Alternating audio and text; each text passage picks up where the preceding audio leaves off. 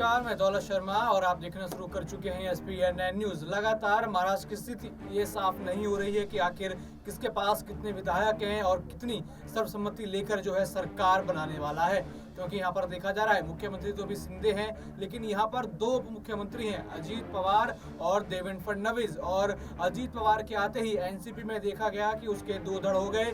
शरद पवार जो है लगातार एनसीपी को वापस पाने की कवायद में लगे हुए हैं, कोर्ट का रास्ता खटखटा रहे हैं, इलेक्शन कमीशन का रास्ता खटखटा रहे हैं और लगातार ये कोशिश कर रहे हैं कि उनकी पार्टी और उनका जो पद, राष्ट्रीय अध्यक्ष का पद जो उनसे छीन लिया गया है, वो वापस आ जाए। लेकिन अजीत पवार यहाँ झुकने का नाम नहीं ले रहे और लगातार कह रहे हैं कि विधायकों का बल मेरे पास है तो पूरी एनसीपी का कंट्रोल चाचा जी यहाँ मेरे पास होना चाहिए। वो शरद पवार से कहते हैं कि चाचा जी आप रेस्ट कीजिए, अब आपकी उम्र हो गई है। लेकिन यहाँ शरद पवार कहते हैं कि अभी रेस्ट का टाइम नहीं है, अभी तुमसे फाइट का टाइम है। नो रेस्ट ओनली फाइट, यहाँ शरद पवार का कहना है। और लगातार इसी बीच खबरें भी उठ रही हैं कि कहीं ना कहीं कांग्रेस के कई नेता और कई विधायक जो हैं यहाँ पर संपर्क में हैं बीजेपी के एनडीए अलायंस के साथ।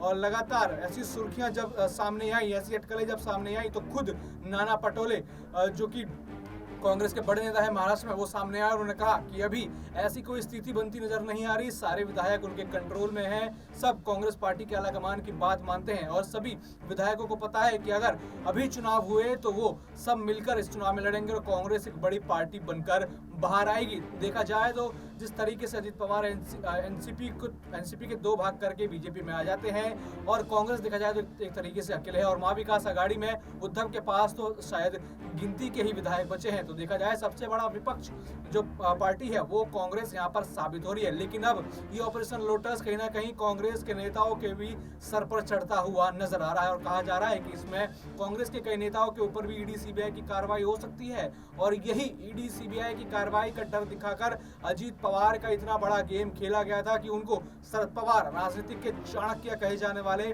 उनके हाथों से बीजेपी चुरा के लेकर आ जाती है और उनको उप मुख्यमंत्री पद से नवाजती है। लेकिन यहाँ पर अटकलें ये है कि कांग्रेस के कई सारे विधायक अजीत के संपर्क में है, क्योंकि महाविकास आघाड़ी में अजीत और नाना पटोले काफी करीब थे और देखा जा रहा है कि नाना पटोले और उनके विधायक भी अजीत के करीब थे और कहीं ना कहीं यहीं से ही जो है कनेक्शन बनता हुआ आ रहा है। और यहाँ पर अजीत गेम खेल रहे हैं कि अब कांग्रेस पार्टी को भी एनडीए में शामिल कर लिया जाए, क्योंकि एनसीपी का कद यहाँ पर अजीत बढ़ाना चाहते हैं और वो लगातार कह भी रहे हैं कि 2024 की भी तैयारी वो कर रहे हैं, क्योंकि महाराष्ट्र जो है यूपी के बाद सबसे ज्यादा लोकसभा सीटें यहाँ पर देखी जाती हैं। 2024 के अनुसार बीजेपी के लिए भी यहाँ फायदा होगा और एनसीपी के लिए भी यहाँ फायदा होता हुआ नजर आ सकता है। और लगातार यही कोशिश है कि कांग्रेस के विधायकों को अपनी तरफ करके एनडीए अलायंस और मजबूत किया जाए। लेकिन यहाँ पर नाना पटोले दावा करते हैं कि कोई भी विधायक इधर से उधर नहीं होने वाला, सभी जो है कांग्रेस के साथ ईमानदारी से बने रहेंगे। और भी ऐसी खबरें जानने के लिए देखते रहिए SPN9 न्यूज। धन्यवाद। और आपको सुनाते हैं कि नाना पटोले ने इस पूरे विवाद पर क्या कहा। देखो, महाराष्ट्र कांग्रेस एक संघ है और महाराष्ट्र में कोई भी पार्टी छोड़ के नहीं जाएगा।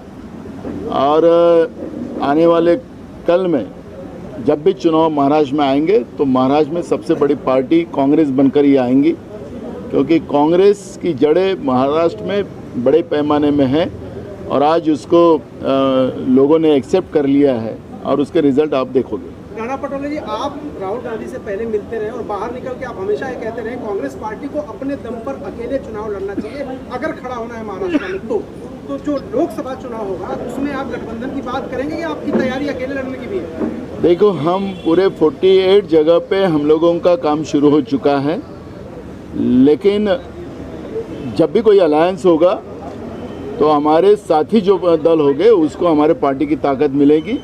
महाराष्ट्र ऐसा एक स्टेट है कि उसमें शाहू फुले अम्बेडकर विचारधारा को मजबूती से लोगों के दिलो दिमाग में है और कांग्रेस को मानने वाला बड़ा वर्ग महाराष्ट्र में, जो भी हमारा साथी रहेगा उसका फायदा होगा। सर, ये एलओपी वाले पर क्या आप लोग दावा करने जा रहे हैं कि एलओपी आपका होना चाहिए, क्योंकि आपकी सबसे बड़ी संख्या अब है? अभी असेंबली हमारी आने वाले 17 तारीख से शुरू हो रही है, उसके 2 दिन पहले उस पर डिसीजन होगा। सर, क्या क्या 3 चीज़ें डिसाइड हुई हैं महाराष्ट्र को लेकर? महाराष्ट्र में अभी जिला लेवल पे, ब्लॉक लेवल पे पूरे संगठन को मजबूती से काम किया जाएगा और जैसे ही अब बारिश का सीजन ख़त्म हो जाएगा तो बड़ी एक बस यात्रा निकाली जाएगी, जिसमें नरेंद्र मोदी जी की सरकार का और महाराष्ट्र की जो 3 तिगाड़ा जो सरकार बनी है उसमें कैसे ईडी और खोखे का वापर हुआ है, कैसे दहशत और डर पैदा कर महाराष्ट्र की जो विचारधारा को खरीदने का काम नरेंद्र मोदी की सरकार ने किया है, ये जनता में जाके हम बताएंगे। और मूल इशू जो है महाराष्ट्र में किसानों की आत्महत्या, जब से मोदी जी की सरकार आई, ईडी की सरकार महाराष्ट्र में बनी, एकनाथ शिंदे फडणवीस की, और अभी उसको अजित पवार भी उसमें शामिल हुए, सबसे ज़्यादा किसानों की आत्महत्या महाराष्ट्र में बढ़ी है। बेरोजगारों की तादाद बड़े पैमाने में बढ़ी है, महंगाई महाराष्ट्र में सबसे ज़्यादा बढ़ी हुई है। और ये विषयों को लेकर, गरीबों के इशू को लेकर हम जनता तक पहुंचेंगे। और बीजेपी सत्ता के लिए कुछ भी कर सकती है, और सत्ता और उस सत्ता से पैसा और पैसा से सत्ता, यही बीजेपी का जो रास्ता है वो जनता तक हम जाके बताएंगे।